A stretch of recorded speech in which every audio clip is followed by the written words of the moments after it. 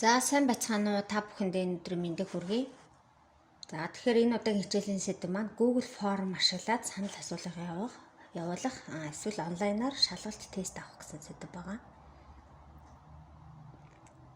За тэгэхээр Google бол маш олон хэрэглэхэд хялбар үнэгүй маш олон аппликейшнуудыг гаргасан байдаг.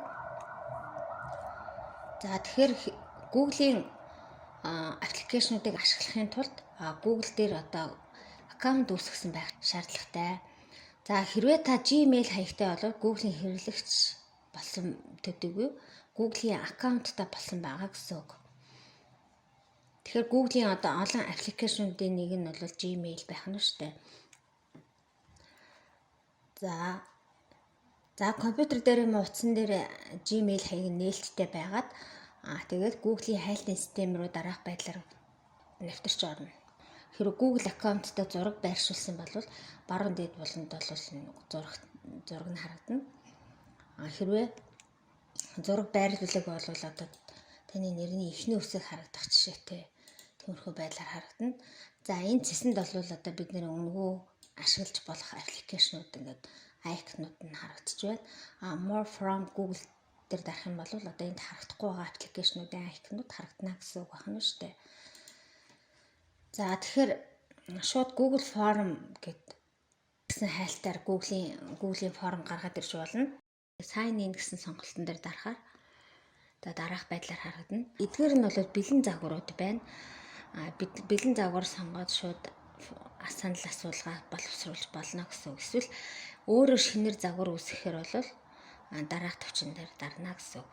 За миний хувьд бол шууд энэ бэлэн загварыг сонгоё.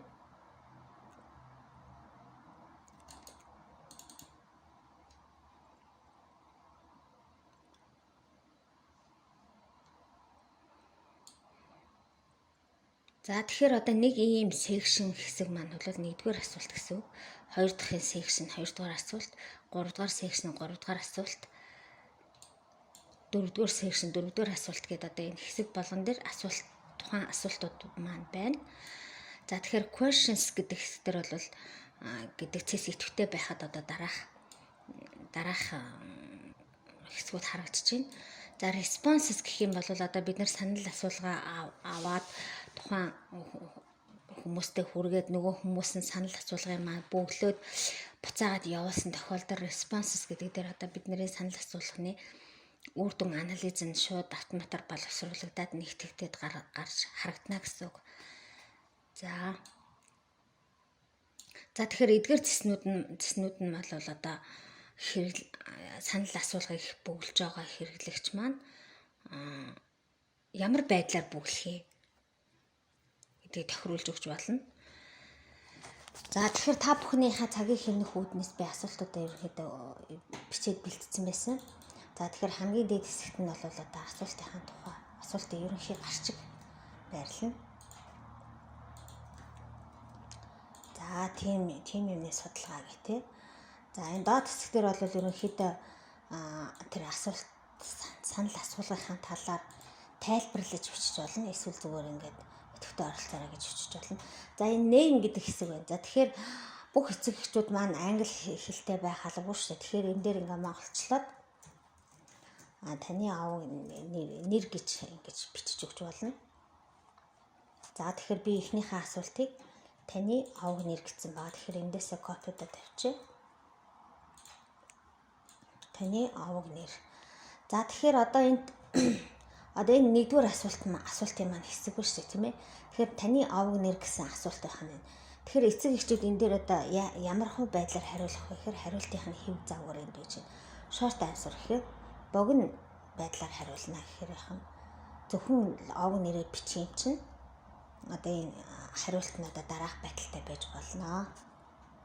За хоёрдугаар асуултан дээр очие. За энэ дээр email гэдэг цанаас автоматар байна. Тэгвэл энэ дээр би адилхан таны хүүхдийн аав нэр гээд оруулсан байна. Хариулт нь мөн адилхан short гэсэн богино байдлаар хариулна гэсэн байх нь байна. За 3 дугаар асуулт би энэ дээр ингээд нэмж өгч болно. Энэ нэмэх тэмдэг дээр дарах юм бол дараагийн асуултын хэсгийг үүсгэе гэсэн үг байна шүү дээ. За та хүүхдийн хэн болох Тэгээ бас адилхан богино байдлаар хариулна. Ээж нь л ээж нь, аав нь бол аав нь, эмээ өвөө нь бол эмээ өвөө гэдгийг бичнэ. За тэгэхээр энэ дээр бол би богино хариултыг сонгох учраас short answer гэдгийг сонгох нь байна. За дараагийн асуулт нь таны хүүхдийн төрсөн он сар өдөр гэж байна. За энэ асуулт байна. За тэгэхээр дараагийнхаа асуултыг шинээр нэмээд за хариулт маань ямар байдлаар байх юм бэ гэх юм бол дээшт гэсэн байдлаар харагдана. Он сар таны хүүхдийн төрсөн он сар гэхэртэй. За дараагийн асуултаа нэмье. За таны хүүхэд вакцинда бүрэн хамрагдсан уу гэх тийм үгүй гэсэн хоёрхан хариулттай байх хэрэгтэй байна шүү дээ. За тэгэхээр тэгвэл бид нэр одоо энэ check boxes гэсэн сонголтыг сонгол илүү тохиромжтой. За нэгдүгээрт нь энэ дээр team-г нь дараагийнхыг нэмийг гэвэл энэ дээр үгүй. Team үгүй гэсэн хоёр хариулттай байна. Өөр хариулт байхгүй.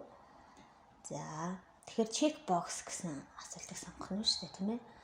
За дараа нь таны хүүхдэд харшилдаг хоол хүнс бие эсэх гэдэг асуулт байлаа гэж бодоход за энэ дээр multiple choice гэсэн хариулт. За энэ дээр нь бол одоо юу гэдэг тий халуун ногоо, самар, жимс, за яг та бүхний цагийг хэмнэхүүднээс хоёрхан хариулт оруулъя. Халуун ногоо. Одоо энэ дээр нь чихэргээ оруулчих. Энэ дээр нь чихэргээд одоо өөр бусад гэдэг хариулт байгаа гэд энэ дээр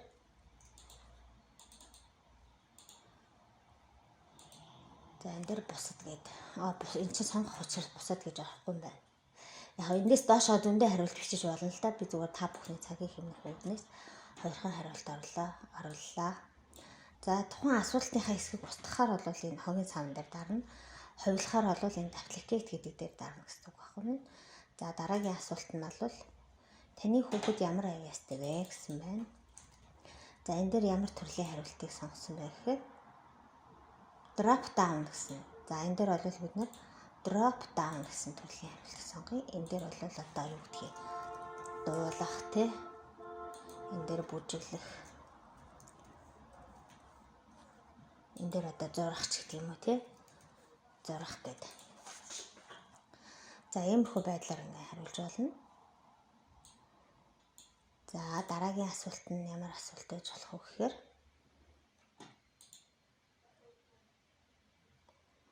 за энэ асуултуудыг товчлие. Таны хүүхэд орой хэдэн цагт унтдаг вэ гэе.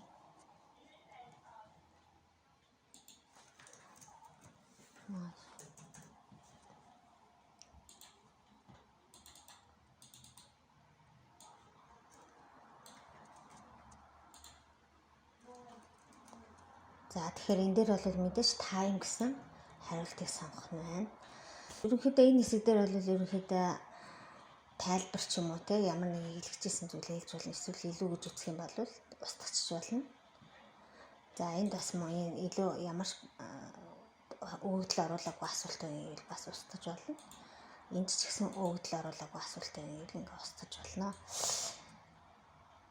За одоо би үүнийг одоо хэрвээ эцэг эхчүүдийн маань мэйл хаяг байх юм бол эцэг эхчүүдийнхээ мэйл хаяг руу явуулж болно. За надад өөр нэг мэйл хаяг байдаг учраас би өөр нэг мэйл хаяг руу явуулъя.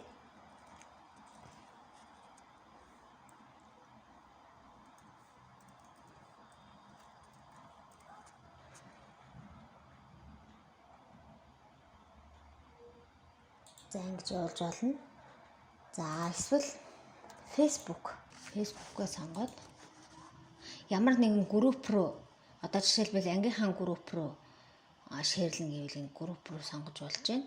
За энэ туршилтын учраас стори дотроо хийхгүй. За эсвэл би одоо энийхээ ингээд урал хаягийг нь бол эцэг эхчүүд рүүгээ ингээд чат тухайн одоо явуулах гэж байгаа хүмүүс руугаа чатаар явуулж болж байна.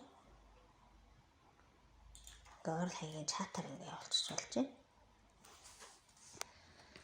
За тэгвэл одоо хэрэглэгч болоод нөгөө асуултуудаа бөглж эхлэе.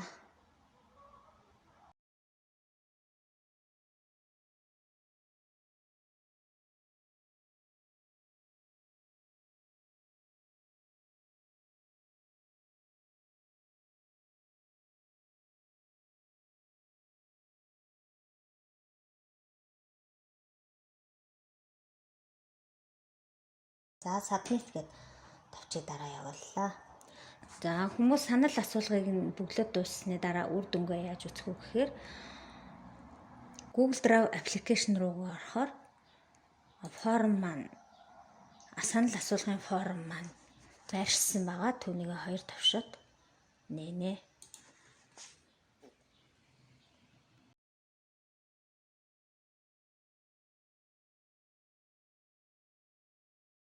За тэгэхээр нэг эцэг их буулсан байна.